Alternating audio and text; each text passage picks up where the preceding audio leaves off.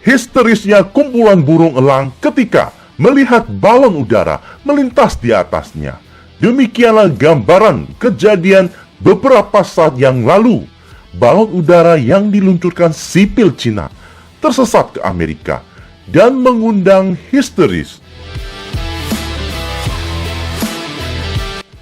Balon udara stratosfer adalah cara yang paling murah untuk melakukan penelitian hampir sama baik dengan ruang angkasa. Tidak diharuskan memiliki aplikasi yang rumit seperti peluncuran roket atau satelit. Balon udara stratosfer menjadi pilihan favorit sipil maupun Badan Meteorologi Nasional. Jumpa kembali Sobat All About China, sebuah balon udara ilmiah yang membawa muatan meteorologi telah membuat pemerintah Amerika goyang. Padahal cuma balon udara yang diperuntukkan bagi penelitian para ilmuwan untuk memahami perubahan iklim. Amerika melakukan tindakan overaksi, salah, gegabah, dan akhirnya menimbulkan pergolakan internal. Tuduh-menuduh, salah menyalahkan terjadi antara dua kubu, Demokrat dan Republik, sehingga persoalan lama dimunculkan kembali, seperti sebuah pernyataan Pentagon yang menyebutkan di era Donald Trump terdapat 3 balon udara yang diduga dari Cina melintasi Amerika, namun dibiarkan. Muncul kembali statement kontradiksi. Petinggi Angkatan Udara menolak tuduhan Pentagon dan media. Departemen Angkatan Udara menyebutkan belum pernah ada kejadian serupa selain yang pertama pada era Biden.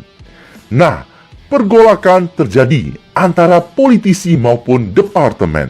Politisi Republik bahkan menyebutkan menembak jatuh balon udara yang diduga mata-mata adalah berlebihan, merusak hubungan kedua negara. Ragam aksi yang dilontarkan internal di Amerika. Jelas ini sebuah strategi yang cantik, mungkin saja yang sudah direncanakan.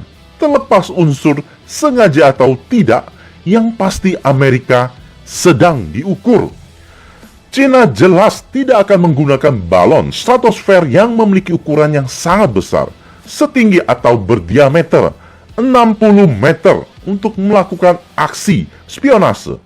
Besarnya sebesar 3 bas dengan service ceiling ketinggian sekitar 20 hingga 30 km. Jelas setiap orang akan mudah untuk melihatnya.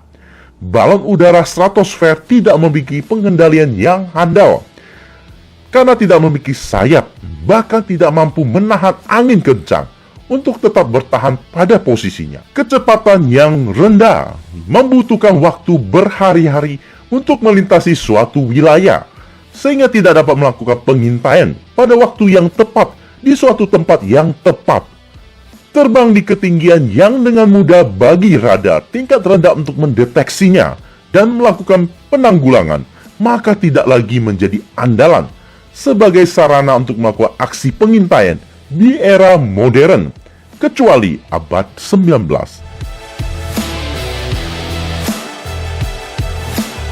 Amerika di masa lalu menghabiskan biaya riset yang besar dan membangun pesawat pengintai U-2 dan SR-71 sebelum tugas pengintai dibebankan ke satelit dan drone. Pengintai melalui balon udara tidak akan membuahkan hasil. Balon udara tidak dapat menentukan wilayah spesifik, melainkan mengikuti arus angin stratosfer. Padahal pengintai harus mampu melakukan misinya dengan cepat, presisi, dan tidak terdeteksi. Dengan mata hampir telanjang, kita dapat melihatnya. Jelas bukan pilihan yang tepat untuk melakukan aksi pengintaian. Balon yang diisi helium hanya sekedar alat penelitian.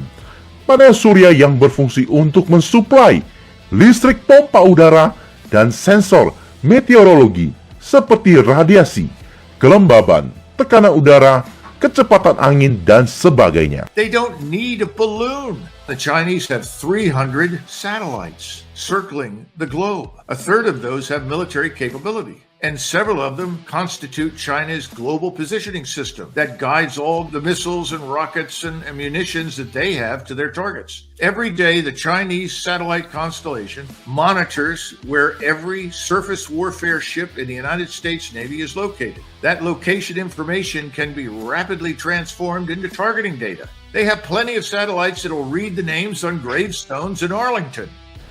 Cina tidak kekurangan sarana untuk mengintai.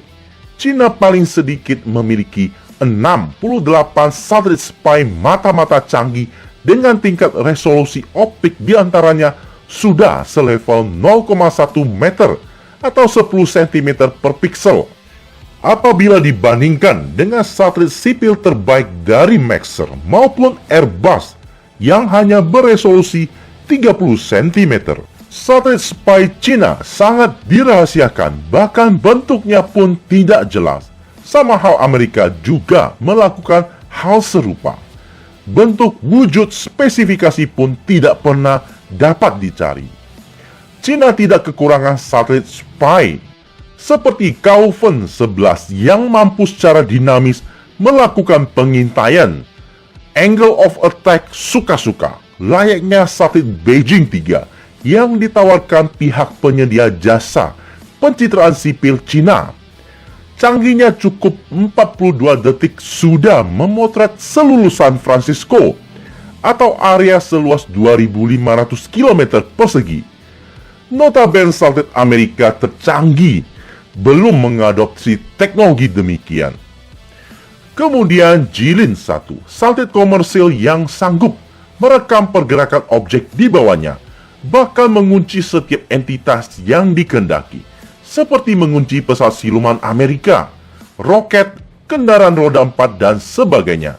Konstelasi Jilin 1 saat ini memiliki 46 satelit di orbit, dapat mengunjungi suatu tempat yang dikehendaki 15 hingga 17 kali sehari. 2023 akan menargetkan memiliki 138 satelit sehingga dapat mengunjungi suatu lokasi yang dikehendaki untuk diintai setiap 10 menit. China Seaway dengan konstelasi Superview Neo yang memiliki resolusi permukaan sama baik dengan Maxar maupun Airbus, yaitu 30 cm, sehingga dengan mudah mengamati Amerika dengan kualitas resolusi tinggi. Pesawat ulang-alik rahasia Cina sudah berada di orbit 6 bulan lamanya, dilengkapi muatan pengintai canggih. Belum ada tanda-tanda menyelesaikan misi rahasianya. Beberapa saat yang lalu terdeteksi melepaskan payload yang diduga satelit mini. Hanya Cina yang tahu apa yang dilepaskan pesawat tersebut di orbit rendah bumi. Amerika telah memperlihatkan kerapuhan, kebencian, menggunakan kekuatan senjata terhadap sipil Cina. Balon udara tak berawak, tak dilengkapi senjata satu posisi dengan telah menjatuhkan pesawat sipil. Sekelompok pesawat militer dilibatkan Amerika untuk mengawasi hingga mengeksekusi satu balon udara yang tersesat. 2 unit pesawat spy U-2S diterbangkan dengan panggilan Dragon 01 dan Dragon 99. Kemudian 2 unit F-15 untuk mensupport F-22. Dan pada akhirnya F-22 Raptor menembak balon udara tak bersenjata, membuatnya dijuluki balloon killer. F-22 Raptor debut sejak 2005, belum pernah mengeliminasi lawan, dan kini sukses menorehkan sejarah sebagai pembunuh balon udara. Dan akhirnya elit, petinggi militer, pejabat intelijen, pengamat Amerika menyatakan itu adalah lelucon apabila Cina menggunakan balon udara untuk mengintai Amerika. Mereka memiliki satelit canggih untuk melakukannya. Itu sama seperti yang dilakukan Amerika. Bukan hal sulit untuk mengintai Amerika di era modern bagi Cina. Namun hal yang cukup sulit adalah mendatangkan pergolakan, refleksi diri, dan menguji para elit Amerika mengambil keputusan. Dan Cina sukses memainkan balon udara sebagai psikologi war yang cukup murah untuk mendatangkan pergolakan internal. Balon udara pun menjadi polemik nasional, menciptakan refleksi hikmat bagi Amerika. Sebagai rakyat seolah-olah negara mereka sudah dinodai, padahal Amerika adalah negara paling aktif mengintai menodai negara lain dengan kepemilikan aset terbanyak seperti satelit, pesawat spy, pangkalan militer, agen intel, naval. Semoga rakyat Amerika dapat memandang cermin, merefleksi tindakan negara mereka, bahwa tidak ada negara manapun yang mengingini hal tersebut. Cina juga akan melakukan hal serupa apabila ada aset Amerika yang tersesat sekalipun di lapisan udara mendekati luar angkasa. Cina akan mengambil tindakan yang sama. Sampai sudah di penghujung topik. Terima kasih sobat. Salam all about China.